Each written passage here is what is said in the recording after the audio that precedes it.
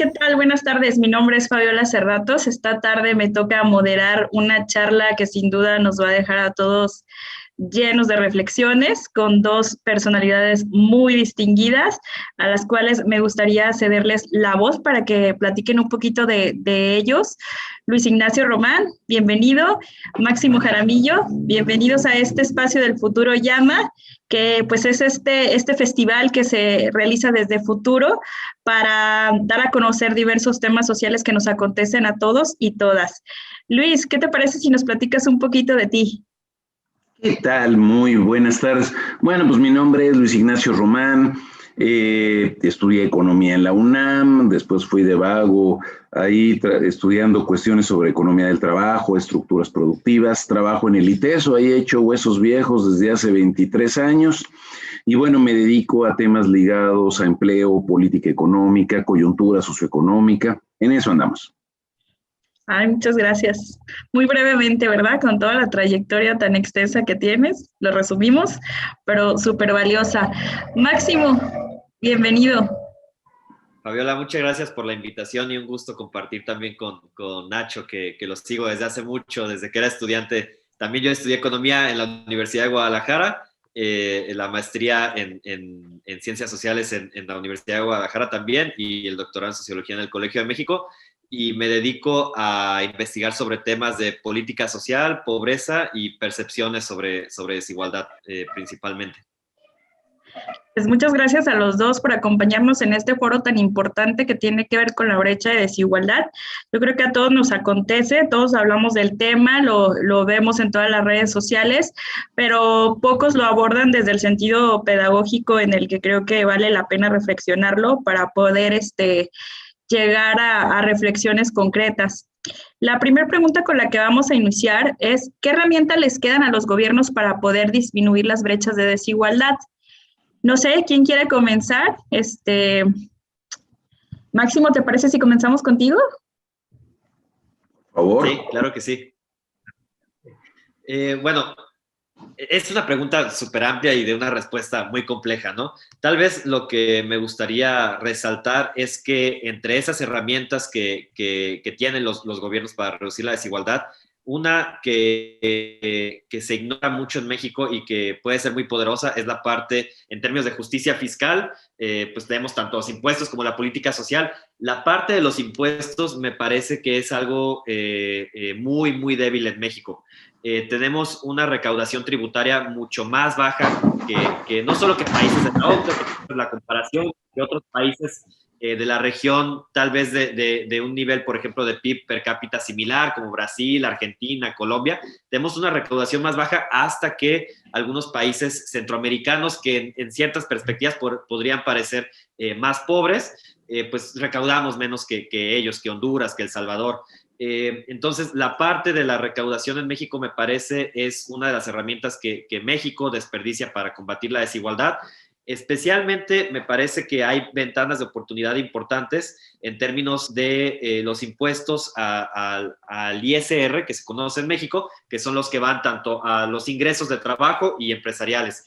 Las tasas efectivas que hay de recaudación de estos impuestos son bajísimas, aunque se supone que la tasa más alta en México, la que se cobra a quienes ganan la mayor cantidad de ingresos en el país, es de 35%, la efectiva anda por debajo del 20%. Entonces, la realidad de lo que se recauda es muy bajo y ahí se puede hacer mucho más. Hay muchos países que tienen tasas marginales para las personas más ricas mucho más altas. No se diga en la parte empresarial. En la parte empresarial la tasa es 30% y también ahí hay una brecha en la que podría subir, se podría recaudar mucho más. Y el otro pendiente en términos de impuestos en México es la parte de los impuestos a la propiedad. Tanto la tenencia y el predial son muy débiles en lo local y eso lo profundizo un poco más adelante, pero los impuestos en general, por ejemplo, a las herencias, a las riquezas comunes en muchos países de la OCDE, realmente en México prácticamente no existen y también sería una oportunidad para recaudar más y al final de cuentas, por un lado estás recaudando más y por otro lado le estás pegando la desigualdad en los hogares y en los agentes económicos más ricos. Entonces, tiene esa doble cualidad los impuestos y creo que es algo que valdría la pena resaltar en términos de cómo disminuir la desigualdad. Luis. Pues totalmente de acuerdo con Máximo. A ver, México capta a partir de ingresos tributarios aproximadamente 13% del Producto Interno Bruto. Es una de las tasas más bajas del mundo. Y no es porque los impuestos, digamos, a el causante cautivo sean bajos. El gran problema es cuando estamos hablando justo de los grupos de más altos ingresos, pero además México es el único país de la Organización para la Cooperación y el Desarrollo Económico, bueno, tal vez ahorita Colombia que entró, en que el principal pagador de impuestos no son las empresas, sino los hogares. O sea, normalmente los impuestos generalmente deberían de ir sobre todo hacia los grandes corporativos, hacia las grandes utilidades, y en el caso de México eso no ocurre. Entonces, ahí habría mucho que hacer, no ante el pequeño y mediano empresario, sino fundamentalmente a quienes tienen el control de la economía del país. Pero hay otro montón de cosas que también creo que se podrían hacer. Por ejemplo, un fuerte proceso de transparencia sobre cuánto paga cada quien en términos de las grandes empresas. Crear una especie de INEGI del sistema de administración tributaria y otra especie de INEGI del registro público de la propiedad, que no tiene por qué violar la ley de confidencialidad, es simplemente el que se diga, bueno, a ver, qué gente es la que realmente está pagando y qué gente no, con respecto a sus ingresos o con respecto a su patrimonio. Otro punto que creo que pudiera ser muy importante es que efectivamente se aplique de entrada la ley vigente. Creo que ahí hay un avance en términos de que ya no se estén otorgando las condonaciones de impuestos, los perdones, exenciones en términos generales de impuestos que se habían venido dando en administraciones pasadas. Hay otras formas en las que se puede actuar, por ejemplo, compras gubernamentales. ¿Por qué no orientar las compras desde el nivel municipal y estatal en favor prioritariamente de las empresas de menor tamaño que puedan ofrecer los bienes y servicios y no a grandes corporativos?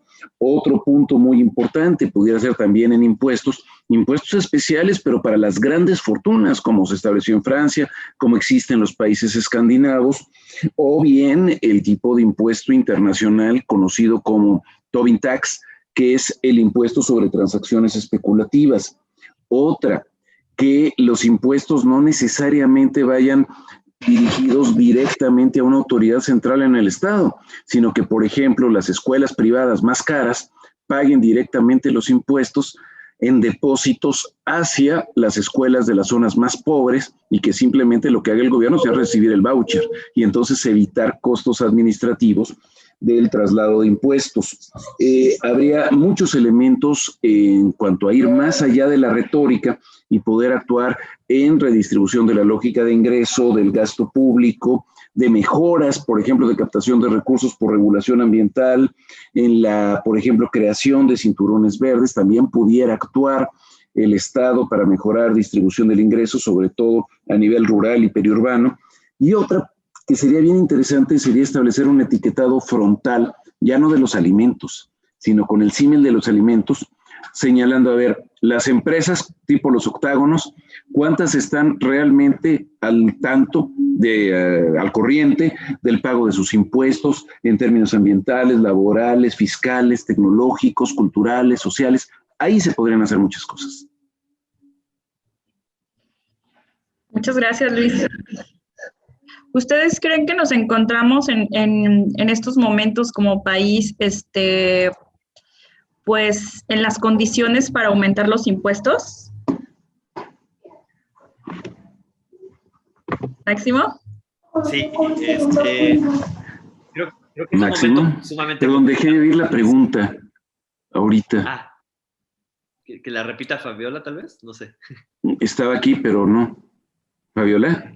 Sí, ¿nos encontramos en condiciones como país de aumentar los impuestos? Sí, lo que yo iba a mencionar es que en términos políticos, el partido que está en el poder, al menos en el gobierno federal, tiene todas las posibilidades para aumentar impuestos. El gran problema con aumentar impuestos en México es que hay un alto rechazo de la población en general a los impuestos. una encuesta que se hizo hace 2 años entre el CEI, el Espinosa Iglesias y el Colegio de México, mostraba cómo las personas creen que pagan un porcentaje de impuestos mucho mayor al que realmente pagan y creen que el impuesto justo debería ser mucho más bajo del que están pagando o del que creen que pagan. Entonces nos encontramos en una trampa donde es baja la recaudación, por tanto es bajo el gasto público y por lo tanto pareciera que no reditúa en nada contribuir con impuestos al gobierno, o esa es la percepción en general. Entonces me parece que lo que tiene que hacer el gobierno que quiera realmente hacer una reforma fiscal progresiva es, a pesar del costo político que pueda tener el aumentar impuestos, podemos aventarse el problema. Es algo que pasó, por ejemplo, en 2014 con la reforma fiscal, que fue parte de un paquete más amplio de reformas, que no fue la mejor reforma fiscal tal vez, pero de cierta manera aumentó algunos puntos del PIB en la recaudación. Entonces, algo que creo que también debería pasar y que debería aprovechar el momento que tiene el gobierno federal y el poder que tiene en las cámaras para, pues sí, pasar una reforma fiscal progresiva que, aunque tal vez tenga ciertos costos políticos en cuanto al disgusto de la población, pues al final de cuentas terminará redituando en la posibilidad de un mayor espacio fiscal para mayor gasto social, gasto de salud, gasto de educación, etc. Entonces, creo que hay las condiciones políticas, más no tal vez el gusto de la ciudadanía por que se aumenten los impuestos. Adelante, Luis. Sí, gracias. Hay un problema fuerte ligado también a la imagen y a la eficiencia. Digamos, la respuesta típica es, ¿cómo voy a pagar impuestos para que se los robe el gobierno? Digamos que esa es como la respuesta tradicional. Entonces, un punto fundamental es cómo demostrar que el gobierno no se lo está robando. Por eso me parece que mecanismos tales como la generación de estos impuestos de asignación directa, es decir, que vayan dirigidos a ciertos grupos, es muy importante. Sobre la cuestión de las condiciones, a ver, efectivamente estamos teniendo problemas enormes para la inmensa mayoría de los establecimientos y de los hogares, dado la pandemia. Pero al mismo tiempo también tenemos sectores de actividad económica y empresas que están ganando como nunca. Y que ahí es muy importante también ver qué es lo que está ocurriendo y cómo podemos jugar con una lógica redistributiva. Los depósitos bancarios están aumentando muy significativamente, la fuga de capitales también está aumentando de manera importante y eso nos habla de ganancias que se están generando, que no se estaban generando de la misma manera antes de la pandemia. Y yo daría un ejemplo. No sería bueno, por ejemplo, que a partir de cálculos del IMSS podamos decir, a ver, las empresas que producen productos chatarra y que generan problemas ligados a diabetes, a hipertensión, a obesidad, etcétera, pues decir, oigan, pues ¿saben qué? Pues la atención de lo del COVID nos costó tanto, pues ahí les va la parte de su cuenta. Es decir, el decir, por favor, dense cuenta también que ustedes están contribuyendo a una situación patogénica en la vida de la población. Lo mismo podríamos hablar en contaminación con respecto a algunos corporativos automotrices, lo mismo podríamos hablar en términos de las empresas que tienen el mayor dominio de la economía de México. Entonces, no es hablar, creo yo, de estar afectando al micro, al pequeño, al mediano, sino a la lógica monopólica. ¿Qué es lo que hace que cadenas de las tiendas de conveniencia destruyan cientos de miles, tal vez millones de empleos y que finalmente estén aprovechando la información pública para saber dónde se instalan, cómo se instalan, qué productos utilizan? Entonces, ahí es muy importante justamente el poder establecer un mecanismo de pago de impuestos y redistributivo mucho más fuerte en favor de la mayoría de la población y yo diría hasta en favor de la mayoría de las unidades económicas. Muchas gracias, Luis. ¿Qué es lo que ha hecho y ha funcionado y qué no ha funcionado hasta ahora? Máximo. Igual también es una pregunta tal vez con una respuesta muy compleja. Voy a centrarme en puntos muy específicos sobre qué ha funcionado y qué no ha funcionado. Me parece que en primer lugar, lo que no ha funcionado en términos de la respuesta digamos, a cómo disminuir la brecha que incrementó tanto el año pasado, fue la respuesta del gobierno, ahorita estoy hablando en términos federales, que fue prácticamente adelantar programas sociales y dar créditos a microempresas y pequeñas empresas y pues a algunos hogares mediante algunos mecanismos. Por ejemplo, estaban dando a las trabajadoras del hogar. Entonces, dar créditos y adelantar programas sociales es una respuesta totalmente insuficiente para lo que se ha encontrado que tuvo como consecuencias la crisis. Por ejemplo, la Encovid, que hace el equide de la Ibero, encontraba que por ahí de 65% de las personas reportaban menos ingresos en mayo de 2020 respecto de febrero de 2020. Entonces, es totalmente insuficiente la respuesta del gobierno. Entonces, digamos, por ahí creo que no ha funcionado. Igual seguir haciendo lo mismo, lo que en algún momento se hablaba, que los programas sociales eran tan buenos los del nuevo sexenio, que con eso era suficiente para aguantar la crisis, pues también queda claro que no ha funcionado, y por ahí hay estimaciones de Coneval, estimaciones del CIAD, que encuentran aumentos en la pobreza extrema de porcentajes espeluznantes, ¿no? Por ejemplo, el CIAD, me parece, encontraba de 12 a 26 millones de personas el aumento solo en el año pasado. Ahora, ¿qué sí ha funcionado en otros países? Es lo que yo diría. Funcionó en gran medida el aumento de transferencias monetarias. Y funcionó, no me refiero a que haya resuelto la problemática para los hogares, sino que al final de cuentas aminoró el impacto de la crisis tan grave, ¿no? Hay diferentes formas en que se hicieron las transferencias monetarias de emergencia por la crisis, seguros de desempleo que no tenemos en México, este tipo como de cuasi ingreso universal, por ejemplo, que hicieron en Argentina, que estaba dirigido a lo que en México sería trabajadores en el sector informal, o lo que ellos le llaman monocontribuyentes, que aquí son como trabajadores de cuenta propia. Ese tipo de programas sociales sirven para minorar el impacto de la crisis. Eso es algo importante. Y algo que me parece que sí ha funcionado en México, pero con el impacto de la pandemia va a ser difícil notar claramente digamos, el beneficio de esto, es, por un lado, el aumento del salario mínimo. Eso sí, si no hubiera aumentado el salario mínimo desde 2018, la pandemia hubiera pegado muchísimo peor ahora en 2020. Y por otro lado, la reforma laboral, que trata de dar más poder de negociación a los trabajadores.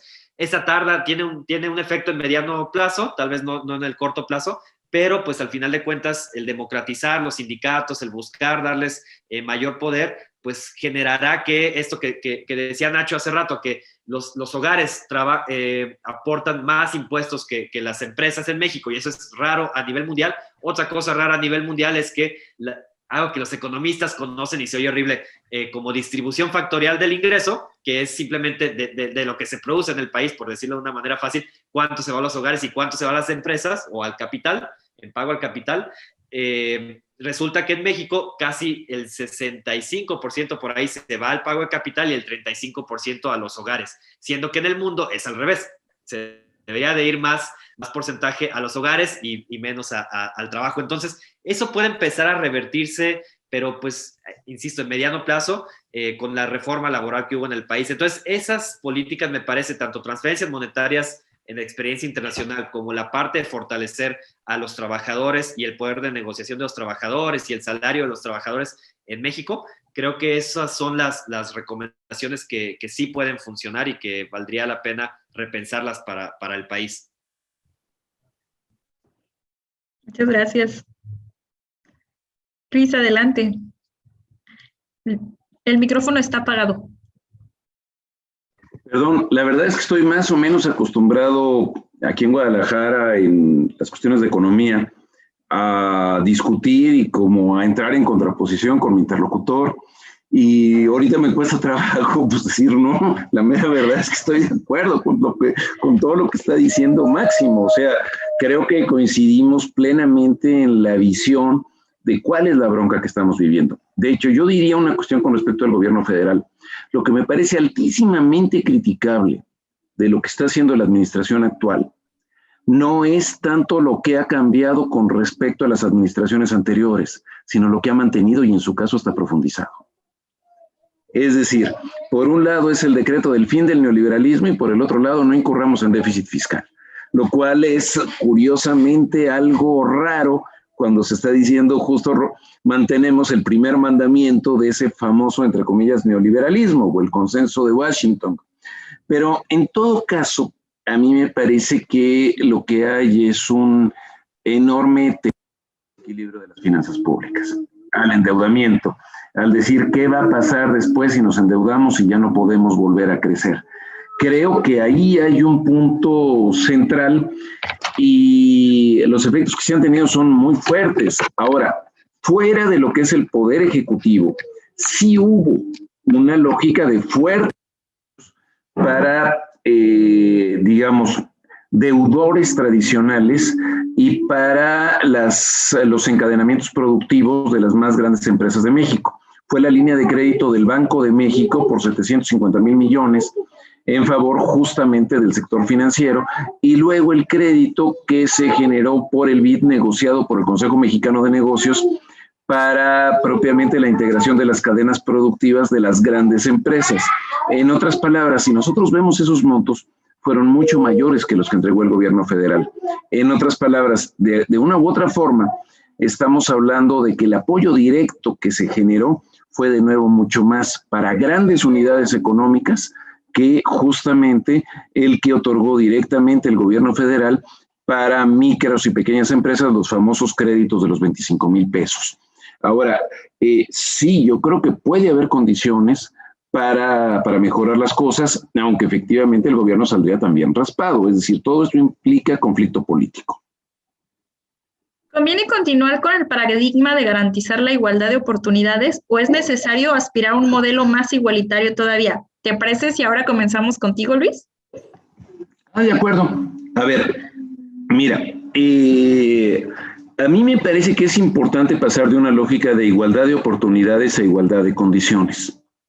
Generalmente la igualdad de oportunidades está asociada con decir, te doy un curso de capacitación y ya con eso contribuyo a la igualdad de oportunidades. O simplemente puedes salir a buscar trabajo, o pongo Chambatel o Chambanet, o te doy un crédito, digamos, estilo Chavaflores, es decir, mira, Bartola, y te dejo esos 2 pesos, pagas la renta, el teléfono y la luz, y ya con eso hay igualdad de oportunidades. No. A ver, entonces, ¿por qué no plantearse más allá de la igualdad de oportunidades? No igualdad de resultados, pero sí igualdad de condiciones.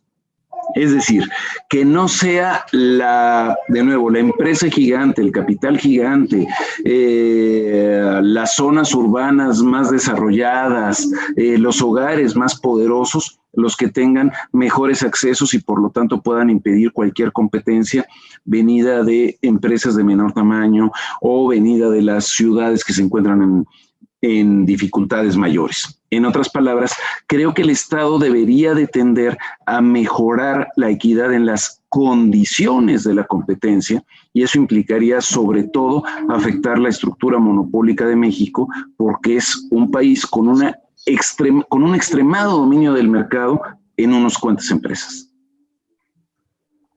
Muchas gracias. Máximo, adelante. Igual que Luis, estoy totalmente de acuerdo con lo que dice.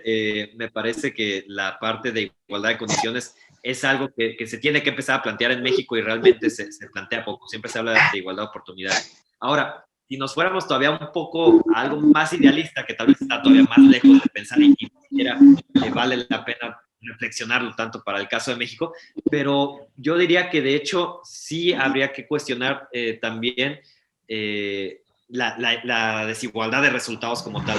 Por ahí hay un libro bien interesante que se llama En contra de la meritocracia, de Joe Litter, que lo que dice es, no somos un país, bueno, ella está hablando de Estados Unidos, pero como en general, como en sociedad, dice, no somos una sociedad meritocrática, sino que no queremos una sociedad meritocrática, y ahí es cuando se va contra la igualdad de oportunidades, y lo que dice es que aún dentro de igualdad de oportunidades y condiciones, en un mundo ideal, donde tal vez esto no sucede en ningún país, de todos modos, pero aún cuando existiese, sería insuficiente. Por ejemplo, el trabajo no remunerado, que normalmente se carga sobre las mujeres, si hubiera igualdad de oportunidades, pues a lo mejor alguien, una mujer podría decidir, porque tiene todas las oportunidades del mundo, pues no dedicarse al trabajo no remunerado, ¿verdad?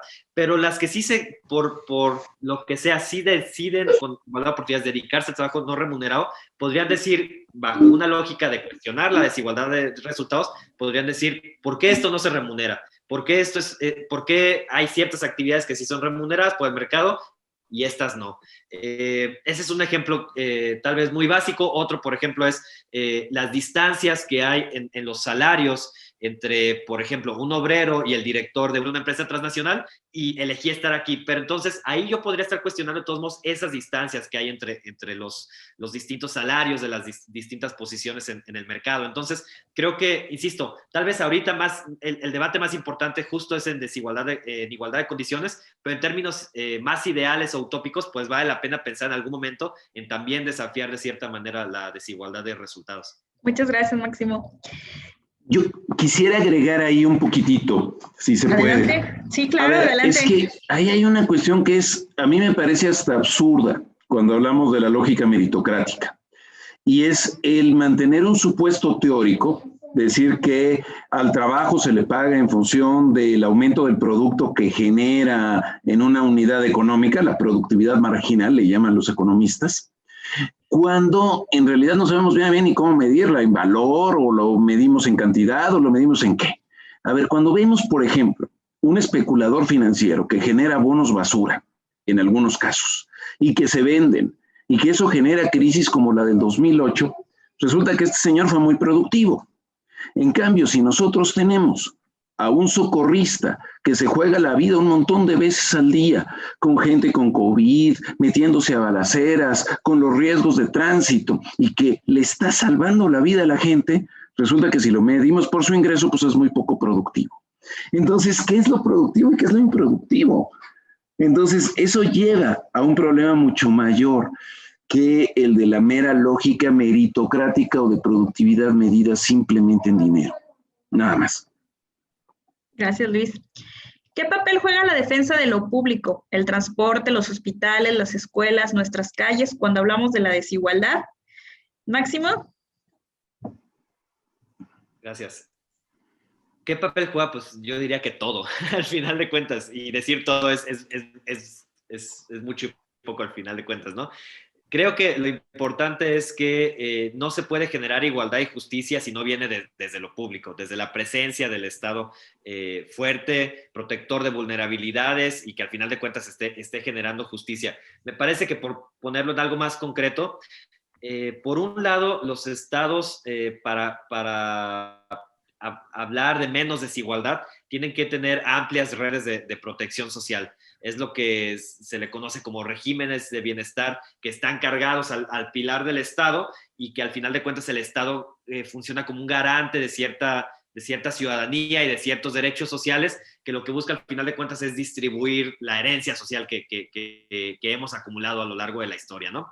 Eso por un lado, pero también por otro lado está toda la parte que tal vez no entra directamente en protección social, pero que al final de cuentas son políticas públicas que tiene que generar el Estado. Ahí ya entramos más en temas de desarrollo urbano, transporte, espacios públicos, etcétera, que me parece, si se olvida que la forma de garantizarlo para toda la ciudadanía es justo mediante el Estado y no mediante el mercado, pues se olvida al final de cuentas cómo podemos garantizar más igualdad para la sociedad. Muy bien.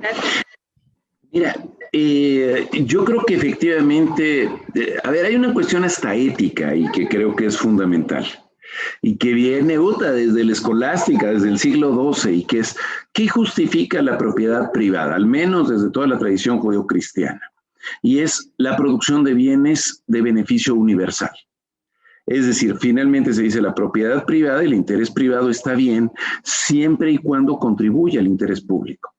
Y tal parece que lo hemos hecho al revés. Es decir, tal parecería que el interés público está subordinado al privado. Yo diría, cuestiones tales como las alianzas público-privadas de los gobiernos, yo estoy de acuerdo, pero creo que lo fundamental sería una alianza público-privada del Estado con micro y pequeña empresa, no con las empresas gigantescas, de tal manera que por un lado el interés público mantenga el control, y ese control al mismo tiempo apoye al pequeño empresario. Eso sería fundamental, y no alianzas públicas con Odebrecht, no alianzas públicas con OHL, no alianzas públicas justamente con quienes terminan teniendo el dominio de lo que se va a hacer. Y luego, me parece que un punto fundamental para la defensa del interés público es la creación de mecanismos muy amplios de vigilancia y de participación ciudadana en todo lo que es la obra pública y la misma discusión pública, y que todavía siguen siendo insuficientes. Estoy pensando en mecanismos de transparencia y de rendición de cuentas, pero no solo cuantitativos, no solo contables, sino cualitativos. No solamente cuánto dinero se gasta en qué, sino con qué criterio se definió hacer eso y por qué se decidió hacerlo con fulano, sutano o mengano. Es decir, que permita ver con mucho mayor claridad los intereses públicos al respecto. Y también me parece que es básico poder integrar a las comunidades, sobre todo a las comunidades marginadas, en el desarrollo comunitario. ¿Por qué no? Me imagino, como ejemplo, que en las obras de mantenimiento de parques y jardines, que no sea solamente una dirección de parques y jardines la encargada del mantenimiento, sino así, si ahí se juntan los chavos banda, ¿saben qué? Vamos con los chavos banda y le ofrecemos chamba. Y les decimos, ¿saben qué? Les damos un curso de capacitación de pintura, de soldadura, de seguridad, de X, Y y Z, y ahora esos chavos banda cumplan una función, por ejemplo, de protección de la propia comunidad.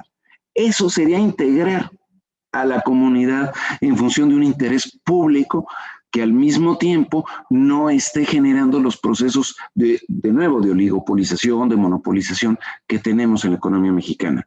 Una de las definiciones básicas de corrupción es justamente la utilización del discurso del interés público con fines de interés privado. Eso es lo que tenemos que enfrentar. ¿Nos podrían compartir 3 claves desde lo local que podrían cerrar la brecha que aumentó durante la pandemia? A ver, una de las primeras cuestiones que yo vería desde lo local es la posibilidad de desarrollar una estrategia propia y simultáneamente que no sea una estrategia de amarrar navajas con los otros poderes. Yo creo que eso es fundamental. Es decir, ¿qué podemos aprovechar de los recursos y de la estrategia federal y estatal para decir necesitamos completar con algo diferente o establecer enlaces? Por ejemplo, si el sector público federal atiende sobre todo a micro y el estatal atiende a los grandotes, bueno, ¿qué hacemos no con los micros, sino con los pequeños, por ejemplo, para ir cubriendo parte de lo que está faltando? Un segundo punto fundamental es que el gobierno local es el que está más cerca de las poblaciones. Por lo tanto, es el que podría permitir mayor participación ciudadana en las tomas de decisiones inmediatas y en la incorporación de la población al respecto.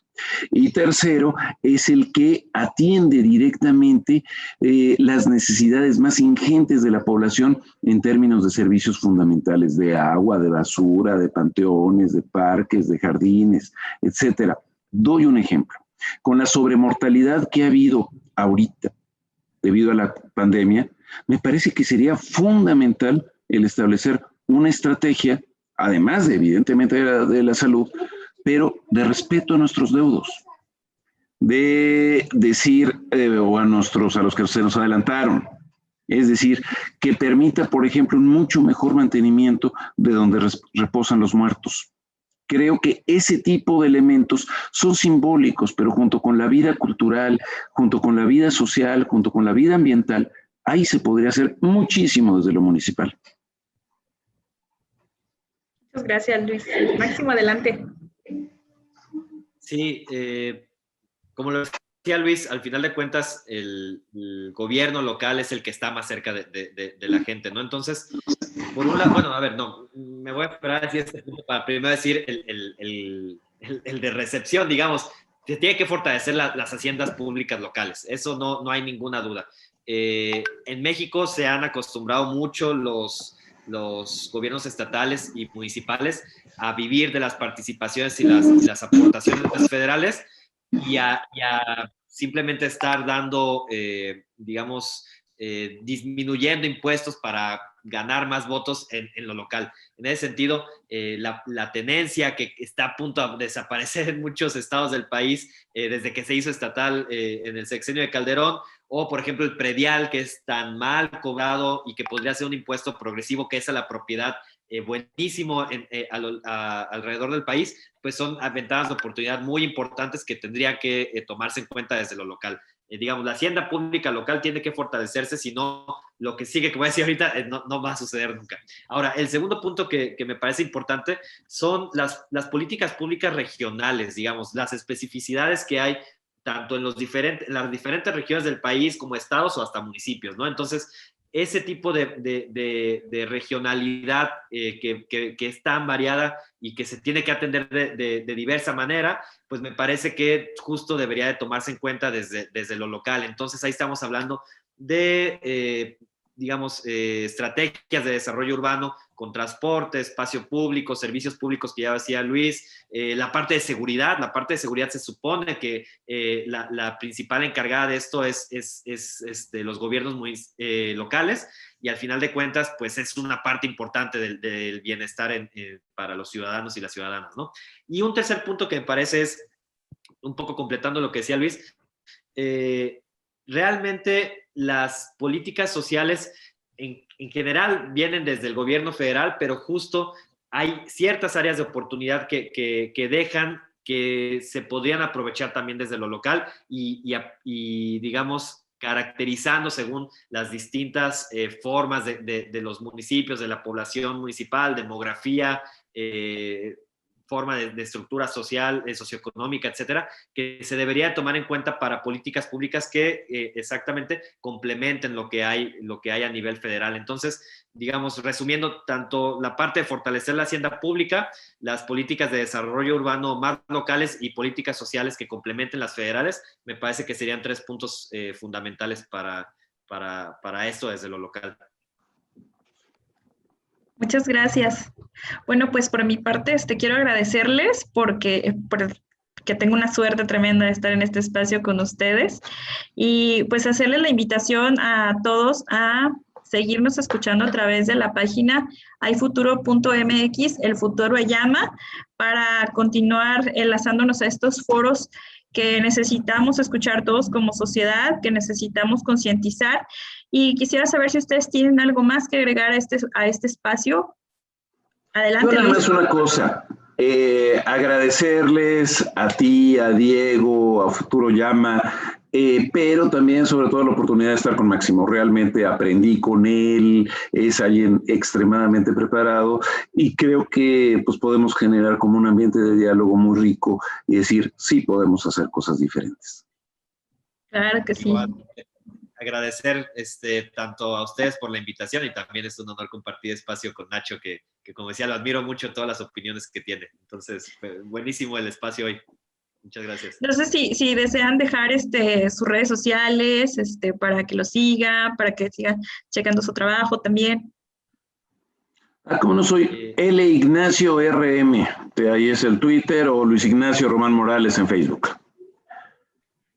Y de mi lado, en Twitter estoy como @rojo_neón, y también pueden seguir, les invito a que sigan las redes de Gatitos contra la Desigualdad que llevamos el mantenimiento yo y otros colegas, y también ahí expresamos algunas cosas de estas y más que complementan el equipo. Muchísimas gracias por su aporte a este foro y pues adelante, seguimos llevando este festival de manera digital, claro. Y pues nada, agradecerles y espero coincidir con ustedes en otros espacios también. Muchas gracias. Un fuerte abrazo.